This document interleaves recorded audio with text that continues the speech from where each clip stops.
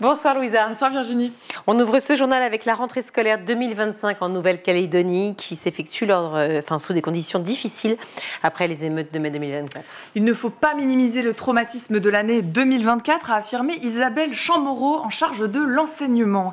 Hier, c'était la rentrée des classes pour près de 63 000 élèves de la Nouvelle-Calédonie. Et après les émeutes de 2024 qui avaient déchiré l'archipel, suite à un projet de loi qui souhaitait élargir son corps électoral, la reprise des cours est sous tension. Quelques exemples. 4 écoles publiques sont fermées dans le Grand Nouméa suite aux dégâts des émeutes. Les élèves sont placés dans de nouveaux établissements scolaires.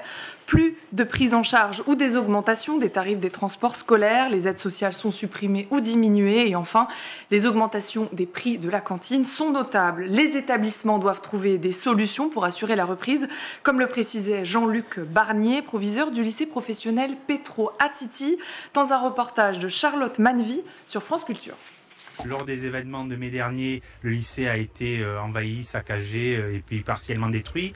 Donc on a pu récupérer pour cette rentrée une partie des ateliers, mais pour les cours d'enseignement généraux, ils ont lieu dans cette annexe. L'Union des groupements de parents d'élèves s'inquiète en cette rentrée, notamment sur la suppression ou la diminution de certaines bourses. Quelles conséquences pour les élèves? On écoute Jean-France Toutiquian, secrétaire de l'Union des groupements de parents d'élèves.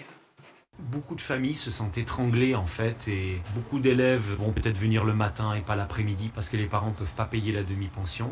Il va y avoir à terme de la déscolarisation, mais dans un premier temps, énormément d'absentéisme. Emmanuel Valls, le ministre des Outre-mer, se rendra sur place ce samedi pour sa première visite officielle. Et ce début d'année est aussi marqué par une baisse de 4% des candidats au concours de professeurs de collège et de lycée, une baisse jugée inquiétante. Ces chiffres confirment la crise d'attractivité de nos métiers. Il y a une urgence à reprendre le dossier de la revalorisation, commente Sophie Vénétité, secrétaire générale SNES FSU, premier syndicat des collèges et lycées. C'est près de 3000 personnes en moins en un an pour le second degré, une baisse inquiétante encouragée par des réformes successives et des conditions de travail jugées difficiles par les professeurs. Les candidats à l'agrégation sont les plus touchés par cette baisse, alors que le nombre de postulants au concours des enseignants en école primaire reste stable. Elisabeth Borne, la ministre de l'Éducation nationale, juge nécessaire de revoir la réforme de la formation initiale des enseignants afin d'encourager le recrutement. Et on poursuit avec de nouvelles inquiétudes du côté des syndicats. L'éducation physique et sportive pourrait être menacée dans les collèges de La Réunion suite à la suppression des dotations complémentaires 2025 du département.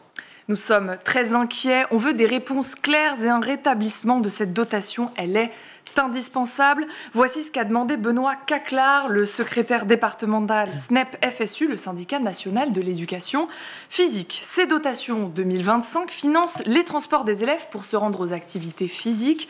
Sur place, on craint un accroissement des inégalités entre les 78 collèges publics.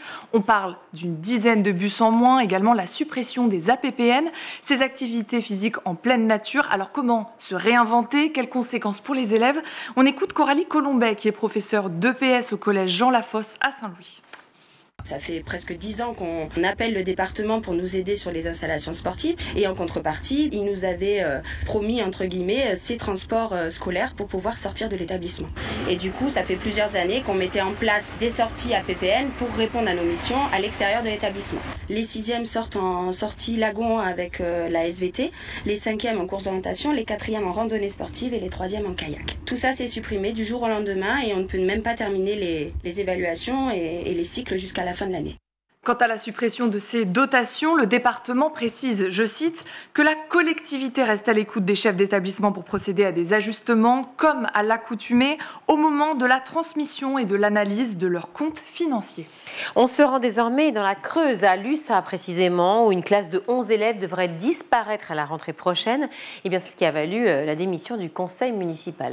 Et depuis quelques semaines, beaucoup d'établissements scolaires français voient leurs classes fermées.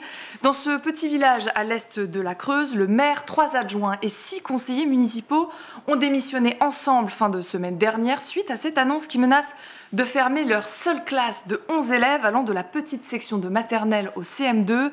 Pourquoi démissionner? Quel impact pourrait avoir cette fermeture sur ce village? On écoute Didier Reynaud, premier adjoint à la mairie de Lussat, au micro d'Ici Creuse. Eh ben, ça fait mal au cœur, c'est sûr. Hein. Ça fait très mal au cœur. Ça fait combien 4 générations qu'on vient à l'école à Lussat, hein, ou plus même. C'est pas d'aujourd'hui que l'école existe à Lussat.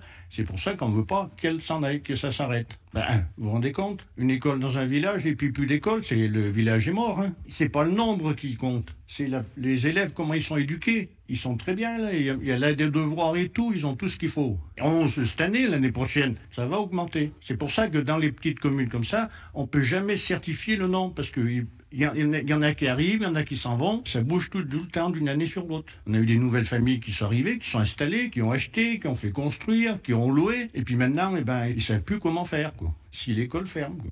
Et en attendant la décision de la préfète suite à la démission du conseil municipal, les parents d'élèves se mobilisent toute la semaine afin de protester contre ces mesures. La mairie a également lancé une pétition. À date, on recense 405 signatures.